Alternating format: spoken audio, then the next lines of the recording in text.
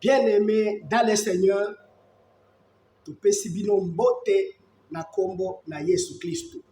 Pe totombeli bino mobu malamu ya 2022 ete ane oyo ngolu na Nzambe ba faveur na Nzambe ezala na bino baso. Toza na thème oyo tozo développer le Dieu Banzambe. Na Bible tozali na Dieu bakomi na D majuscule et là il s'agit du créateur, il s'agit de Yahweh, il s'agit de l'Éternel. Nous avons aussi Dieu avec D minuscule. Là il s'agit des créatures. Et nous pouvons dire que les dieux sont des créatures spirituelles douées d'un pouvoir surnaturel et supérieur à l'homme. C'est ainsi que certaines personnes peuvent consulter de Dieu, peuvent aussi leur rendre des cultes. Dieu lui-même reconnaît qu'il y a de Dieu. Plusieurs passages dans la Bible nous certifient en effet que Nzambe azo interdire na bana na ye ba consulter to ba kende auprès ya banzambe mosusu. Josué 24 verset 2, ici Moïse parle de la part de Dieu. Il dit à Israël que vos pères, Terach, Nachor, Abraham, servaient d'autres dieux au-delà du fleuve. Nga Nzambe na benga tata na bino Abraham, Abraham aboti Isaac, Isaac aboti Jacob, Jacob aboti les 12 fils, qui plus tard ekomaki nation d'Israël oyo etambolaki na Nzambe. Mais banzambe bauta wapi? Bauta à partir à bitumba et salamaka na lola. Dans Apocalypse 12, verset 7 à 9, Bible zoloba était il y eut guerre dans le ciel. Bitumba et salamaka. Et la Bible de conclure que Satana abundaki, alingaki a renversé Nzambe, alingaki azo esika ya Nzambe, et sa place ne fut plus trouvée au ciel. Il fut précipité.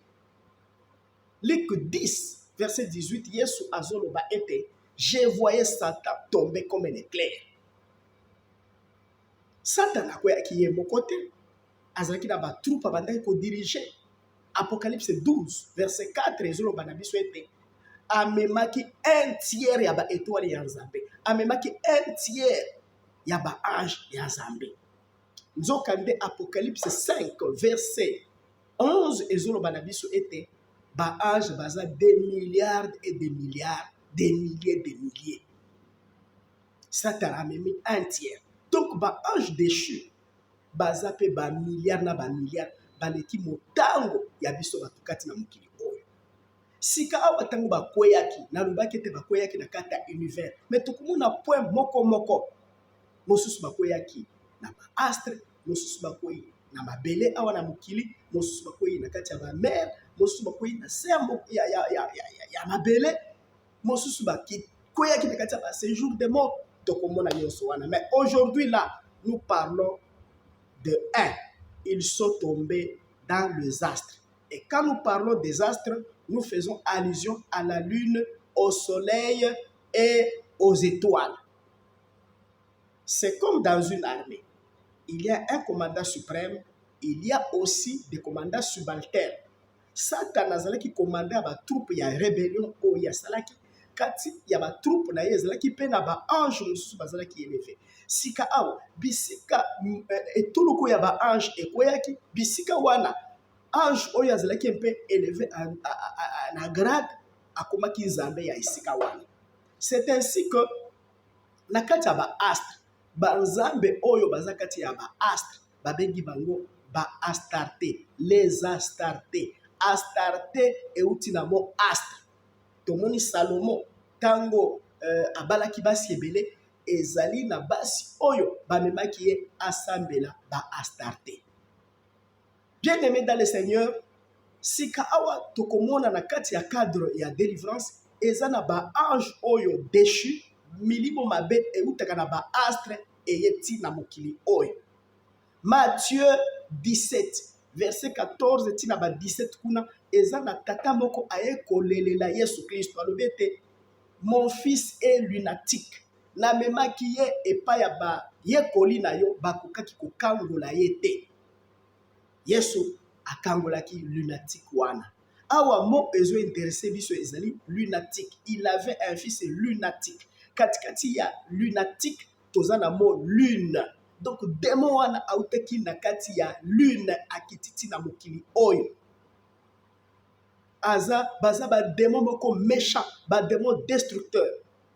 Bana babelaka épilepsie, babelaka maladie ya ndeke, baza ba lunatique. C'est ainsi que okoki ko remarquer que tango sanza ebimaka bana oyo to batu oyo bazalaka ba épileptique babelaka maladie ya épilepsie baza ba lunatique baza na milimo oyo euti na lune. Ce sont des esprits de destruction, des esprits méchants. Yesu akangolaki.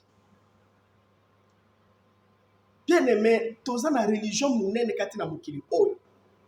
Soki osali attention te okokanisa ke basambelaka kaka nzambe oyo ya bomoi. Tokotanga kombo te, mais boko comprendre. Bango soki balingi basambela batalaka direction ya moi. Et c'est par là que nous avions compris que basambelaka nzambe na bomoi te, mais basambelaka ba Astarte. De même, tomoni molimo euti na kati ya ba astre ekiti na mokili oyo pona ko posséder batu. De même, tozana batu oya molili ba occultiste balongwaka spirituellement katikati na monde oyo baketi na ba astre. C'est par là que nous parlons ya voyage astral. Asalaki voyage astral abimi na esprit. Donc ezana batu babimaka na molimo bake na ba astre, tout comme ezana milimo ya mabe oyo ezakati na ba astre ekitaka awa na mokili pona ko posséder batu. Sika awa Bible ezoloba ete acte 10 verset 38 Yesu Masia bipe nyonso abanda kokende abandaki kokangola bayebanso bazalaki na kati ya bokonzi na se na bokonzi ya Satan. Il délivrait tous ceux qui étaient sous l'emprise du diable. Diable oyo tomoni Ésaïe 14 verset 16-17 ezolobela biso ete le diable a relâché ba prisonnier na ye. Il ne relâche jamais ses prisonniers. Mais devant Christ, devant Yesu Masi, atikaka.